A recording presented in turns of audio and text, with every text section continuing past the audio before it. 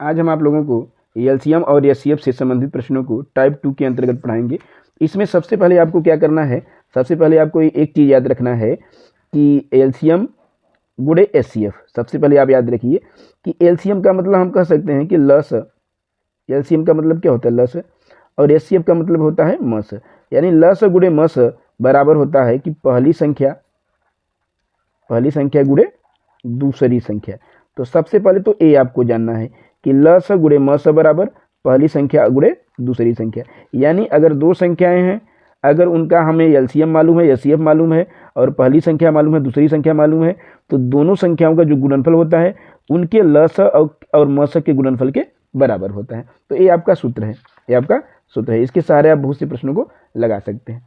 लेकिन अगर आपके सामने कभी भी अनुपात के रूप में आ जाए, जैसे अगर आपके सामने आ जाए कि यदि दो संख्याएं ए तथा बी दो संख्याएं हैं और इनका अनुपात क्या है, ए रेशियो बी है, और इनका एलसीएम या एचसीएफ जैसे हमने कह दिया कि इनका मस है, अगर इनका मस हमने कह दिया कितना है 5 है, मस हमने कह दिया 5 है, तो आपको अगर एचसीएम निकालना है, क्या निकालना है, एलसीएम निकालना है।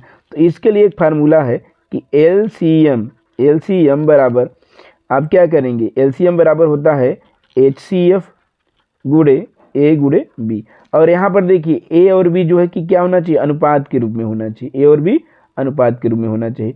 और जब भी आपको एलसीएम निकालना होगा तो एलसीएम बराबर एचसीएफ गुणे ए गुणे बी। जैसे एक प्रश्न है, चलिए यहाँ पर एचसीएफ मान लीजिए हमने 5 लिखा, लेकिन अब हम आपको एक प्रश्न दे रहे हैं।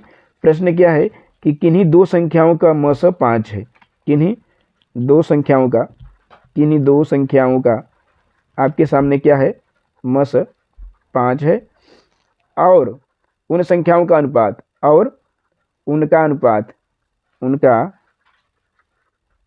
अनुपात जो है वो 3:4 है।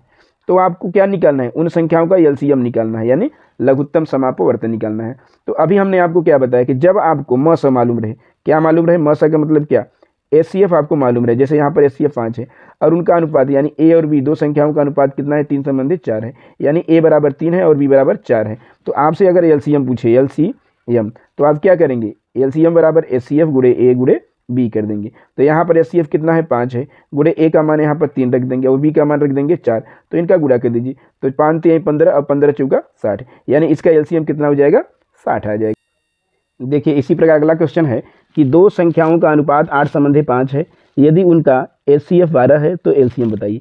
तो देखिए अभी हमने क्या कहा कि जब आपको एचसीएफ मालूम रहे, एचसीएफ कितना है 12, और दो संख्याओं का अनुपात यानी ए संबंधी बी बराबर आपको 8:5 मालूम रहे, तो आपको अगर एलसीएम पूछे तो क्या करेंगे, एलसीएम बराबर फार्मूला है एलसीएम बराबर एचसीएफ गुणे ए गुणे बी कर देंगे। अब जरा यहाँ पर बताइए एचसीएफ कितना है 12 है, ए का मान कितना हो जाएगा 8 हो जाएगा, और बी का मान कितना हो जाएगा 5। तो यहाँ जब गुणा करेंगे तो देखिए क्या करेंगे, 12 गुणे 8 पंजे 40, यानी 12 चौक 48, यानी आपका एलसीएम जो आ जाएगा 480 हो जाएगा।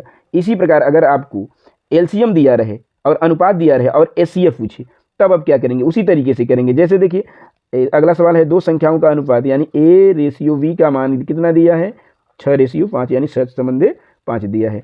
अब उनका लस है, यानी यहाँ एलसीएम दे दिया है, क्या दे दिया है, एलसीएम। तो यहाँ एलसीएम आपका दे दिया है, एलसीएम बराबर 540 दे दिया है।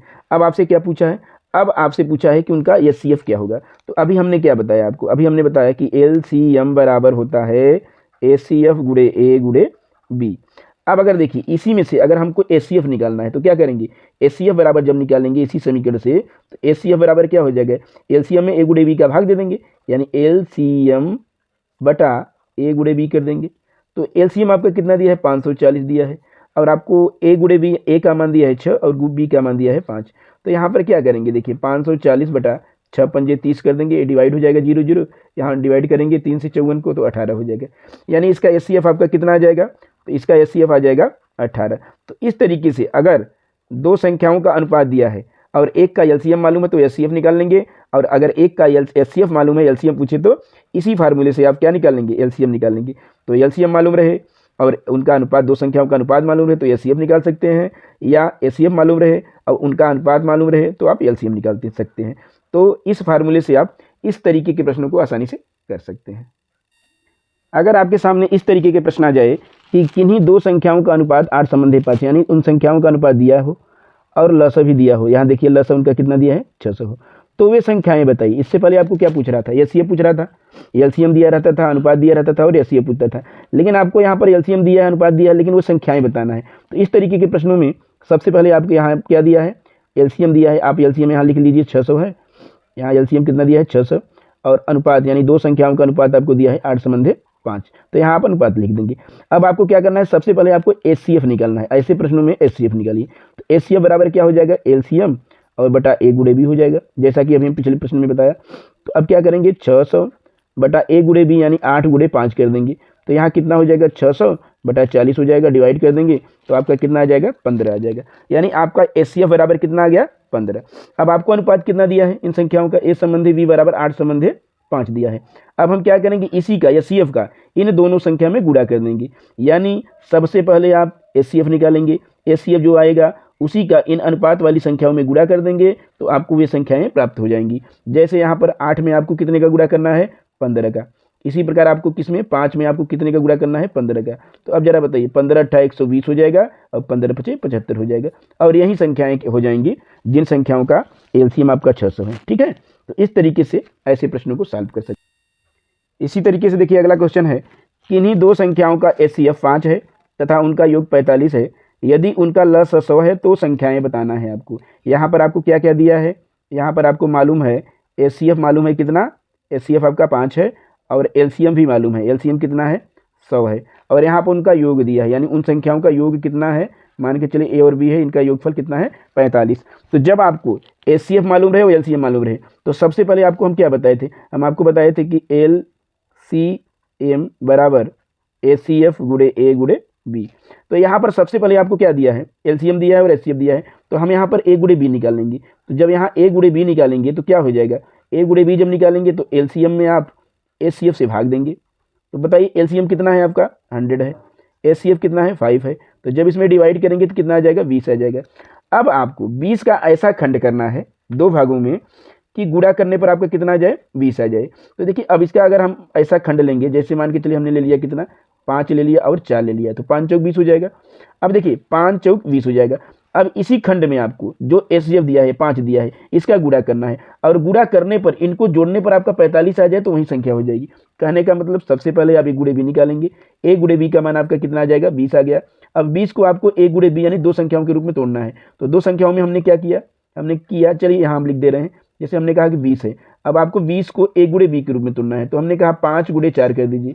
अब आप क्या करेंगे, इस 5 में आप उसी एचसीएफ का गुणा करेंगे, 5 का इसमें भी और 5 का इसमें भी गुणा करेंगे। अब जरा गुणा करके देखिए, 5 × 5 = 25 और 5 चौके 20। गुणा करने के बाद इनको जोड़िए, अगर जोड़ने पर इनका मान 45 की यानी योगफल इनका 45 के बराबर हो जाए तो यही संख्या हो जाएगी। अब अगर बराबर नहीं होगा तो यह संख्या नहीं होगी, तो फिर दूसरे तरीके से आपको इसका खंड करना होगा, यानी 10 गुणे 2 करना होगा तब। तो यहाँ पर देखिए जोड़ेंगे 45 आ गया, तो यानी वो संख्या हो जाएंगी 25 और 20। इसी प्रकार देखिए अगला क्वेश्चन है इसी टाइप का, कि किन्हीं दो संख्याओं का एचसीएफ 5 है, यानी आपको एचसीएफ दिया है 5 तथा उनका योग 55 है, यानी आप जो दिया है सबसे पहले आप लिख लीजिए, एचसीएफ कितना है 5 है, उनका योग यानी a + b आप लिख लीजिए, यहाँ पर कितना है 55 है, और एलसीएम कितना दिया है, एलसीएम आपको दिया है 150, यानी किन्हीं दो संख्याओं का एचसीएफ 5 और एलसीएम 150 है और उनका योगफल 55 है, तो वे संख्याएं बताना है। अभी हमने इससे पहले वाले सवाल में बताया कि एचसीएफ मालूम रहे एलसीएम मालूम रहे तो उन संख्याओं के गुणनफल को ज्ञात कर लीजिए, यानी ए गुणे बी। तो ए गुणे बी बराबर क्या होता है, एलसीएम और बटा एचसीएफ हो जाएगा। एलसीएम कितना है 150, एलसीएम एचसीएफ कितना है 5, तो जब इसका भाग देंगे कितना आ जाएगा 30। अब इसी 30 का आप ऐसा खंड करना है कि उसमें एचसीएफ का गुणा करने पर उनका योगफल 55 आना चाहिए। जैसे यहाँ पर 6 गुणे 5 हमने कर दिया, अब 6 में आप एचसीएफ का गुणा करिए, यानी 5 का गुणा करिए, इसमें भी और इसमें भी। तो चलिए गुणा करिए, 6 × 5 = 30 हो जाएगा और यहाँ 5 × 5 = 25। अब इनको जोड़ने पर हमारा कितना आ जाएगा 55 आ जाएगा, यानी इसके योगफल के बराबर हो जाएगा। तो यानी पहली संख्या 30 और दूसरी संख्या 25 हो जाएगी। तो इस तरीके से आप ऐसे प्रश्नों को बहुत ही आसानी से कर सकते हैं।